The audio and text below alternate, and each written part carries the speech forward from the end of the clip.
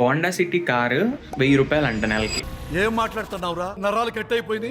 మార్నింగే లేచి మనీ కంట్రోల్లో ఒక న్యూస్ చదువుతుంటే ఒక యాడ్ పాపప్ అయింది. ఆ యాడ్ చూపిస్తా. ఇది.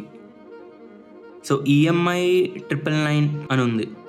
ఒకసారి కళ్ళు తుడుచుకొని మళ్ళీ క్లోజప్ చేసి చూస్తే అప్పుడు అర్థమైంది 999 per lakh అని.